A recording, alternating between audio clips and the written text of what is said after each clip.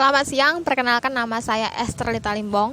Di sini saya akan menjelaskan tentang pemerintahan desa. Pengertian desa menurut pasal 18B ayat 2 Undang-Undang Dasar Negara Republik Indonesia tahun 1945 menegaskan bahwa negara mengakui kesatuan masyarakat hukum adat beserta hak tradisional yang mereka miliki sepanjang masih hidup dan sesuai dengan perkembangan negara sehingga kedudukan desa masuk sebagai kesatuan masyarakat hukum adat dengan hak tradisional yang diakui oleh konstitusi dan undang-undang dasar. Dalam struktur pemerintahan, desa adalah pemerintahan yang paling terendah. Kenapa? Karena desa merupakan satuan pemerintahan yang berada di bawah kabupaten dan kota. Namun, meskipun desa adalah pemerintahan terendah, ia diberikan hak otonomi adat sehingga desa juga termasuk ke dalam badan hukum. Desa juga memiliki batas wilayah dengan batas-batas tertentu yang berhak mengatur dan mengurus urusan masyarakat setempat berdasarkan asal-usulnya. Undang-Undang Nomor 6 Tahun 2014 mengenai desa menegaskan di dalam pasal 1, yaitu desa atau desa adat adalah kesatuan masyarakat hukum dengan batas wilayah tertentu yang memiliki wewenang dalam mengatur dan mengurus pemerintahan, kepentingan masyarakat setempat berdasarkan prakarsa masyarakat, hak atas usul maupun hak tradisional yang diakui dan dihormati dalam sistem pemerintahan Negara Kesatuan Republik Indonesia. Ada suatu pendapat yang mengatakan bahwa desa pada zaman dahulu dan yang berkembang sekarang itu berbeda. Namun ada beberapa unsur yang tidak dapat mengubah pandangan mengenai desa. Yang pertama, desa merupakan satuan organisasi ketatanegaraan dalam suatu negara. Kemudian, desa merupakan pemerintahan terendah.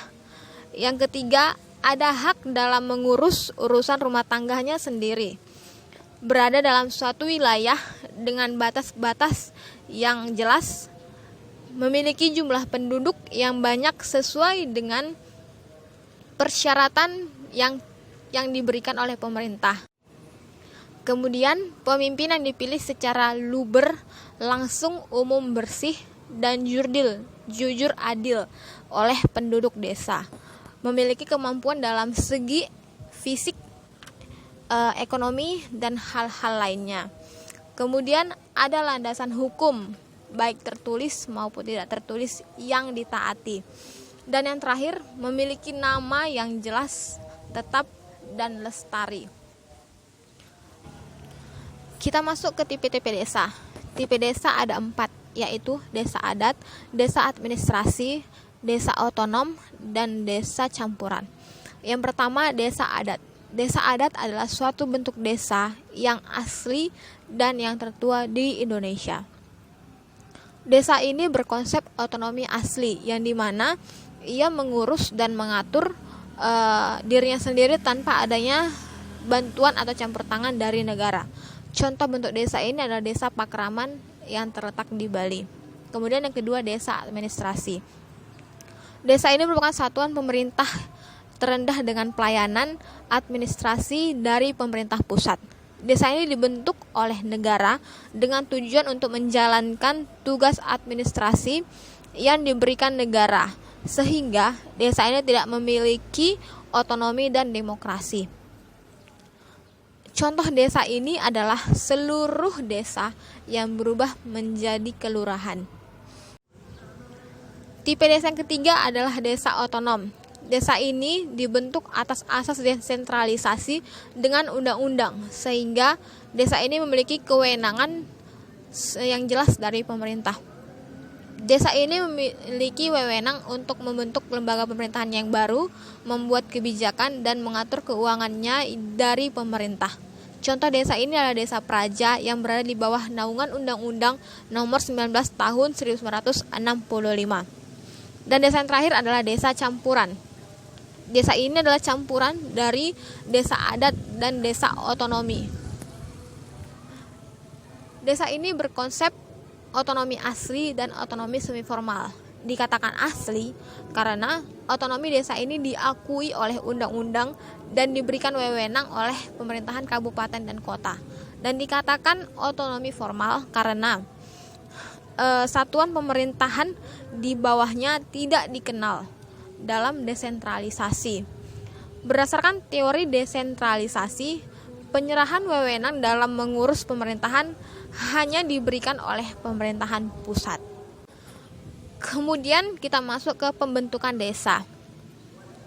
Desa dapat dibentuk atas kemauan masyarakat dengan memerhatikan asal-usul, adat istiadat, kondisi sosial budaya, dan kemampuan serta potensi ataupun memenuhi beberapa kriteria atau syarat, yakni yang pertama, batas usia desa induk minimal 5 tahun sejak pembentukannya. Kemudian yang kedua, jumlah penduduk. Jumlah penduduk di beberapa wilayah itu berbeda, yaitu di wilayah Jawa itu minimal 6.000 jiwa atau 1.200 kepala keluarga. Kemudian di wilayah Bali itu minimal 5.000 jiwa dengan 1.000 kepala keluarga. Di wilayah Sumatera itu minimal 4.000 jiwa atau 800 kepala keluarga. Di wilayah Sulawesi Selatan dan Sulawesi Utara itu minimal 3.000 jiwa ataupun 600 kepala keluarga. Kemudian di wilayah Nusa Tenggara Barat itu minimal 2.500 jiwa ataupun 500 kepala keluarga. Wilayah Sulawesi Tengah, Sulawesi Barat, Sulawesi Tenggara, Gorontalo, dan Kalimantan Selatan itu minimal 2.000 jiwa ataupun 400 kepala keluarga. Kemudian di wilayah Kalimantan Timur, Kalimantan Barat, Kalimantan Tengah, dan Kalimantan Utara itu minimal 1.500 jiwa ataupun 300 kepala keluarga. Kemudian di wilayah Nusa Tenggara Timur, Maluku dan Maluku Utara minimal 1.000 jiwa ataupun 200 kepala keluarga. Wilayah Papua Barat minimal itu 500 jiwa atau 100 kepala keluarga. Kemudian yang ketiga itu ada wilayah kerja dengan akses transportasi antar wilayah. Keempat, sosial budaya yang dapat menciptakan suatu kerukunan. Yang kelima, memiliki potensi seperti sumber daya alam, sumber daya manusia, dan sumber daya ekonomi pendukung. Kemudian yang keenam adalah batas wilayah desa dinyatakan dalam bentuk peta desa yang telah ditetapkan oleh peraturan bupati atau wali kota. Yang ketujuh itu adanya sarana dan prasarana publik. Dan yang terakhir itu adalah tersedianya dana operasional, penghasilan tetap, dan tunjangan. Desa memiliki beberapa wewenang, yaitu kewenangan berdasarkan asal-usul, kewenangan lokal, kewenangan yang diberikan oleh pemerintah, dan kewenangan lain-lain. Kewenangan berdasarkan asal-usul yaitu terbagi menjadi beberapa. Yang pertama, sistem organisasi perangkat desa. Kemudian kewenangan organisasi masyarakat adat. Kemudian kewenangan melakukan pembinaan kelembagaan masyarakat. Kewenangan melakukan pembinaan lembaga dan hukum adat. Kemudian pengelolaan tanah kas desa, pengelolaan tanah desa, dan tanah hak milik desa masyarakat setempat. Pengelolaan tanah bengkok, pengelolaan tanah pecatu, dan pengelolaan tanah titisara. Kemudian yang kedua, kewenangan lokal itu adalah mengutamakan kegiatan pelayanan dan pemberdayaan masyarakat. Kemudian kewenangan atas lingkup peraturan dan kesatuan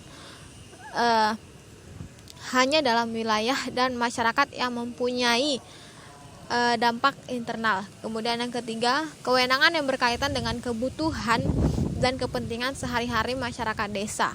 Kemudian terakhir itu adalah kegiatan yang telah dijalankan atas dasar prakarsa masyarakat di desa.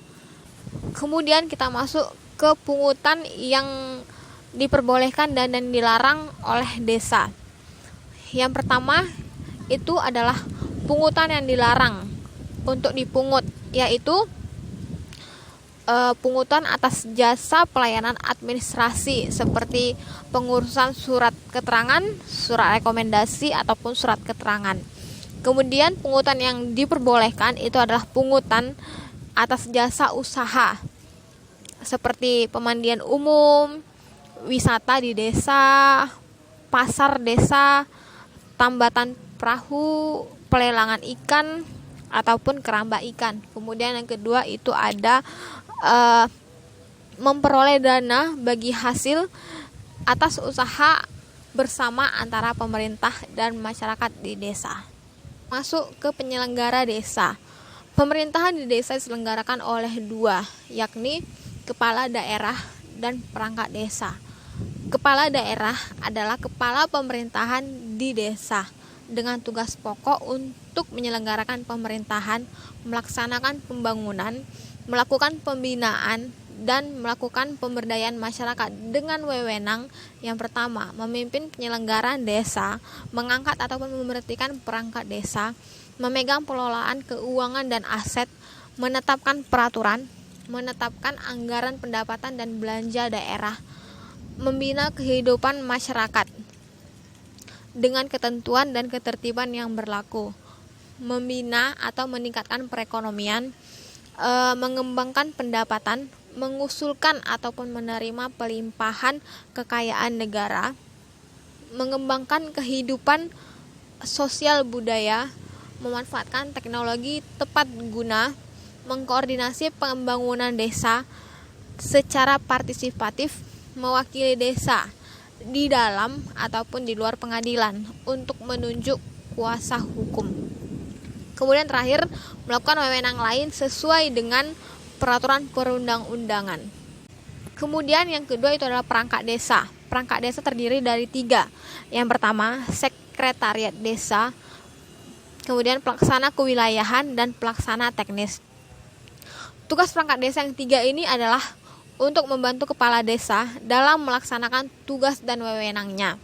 Kemudian, mereka ini diangkat dan diberhentikan oleh kepala desa setelah berdiskusi dengan camat atas nama bupati dan wali kota. Sekian keterangan tentang pemerintahan desa dari saya. Semoga video saya bermanfaat. Untuk itu, jangan lupa like, subscribe channel YouTube saya. Terima kasih. Selamat siang.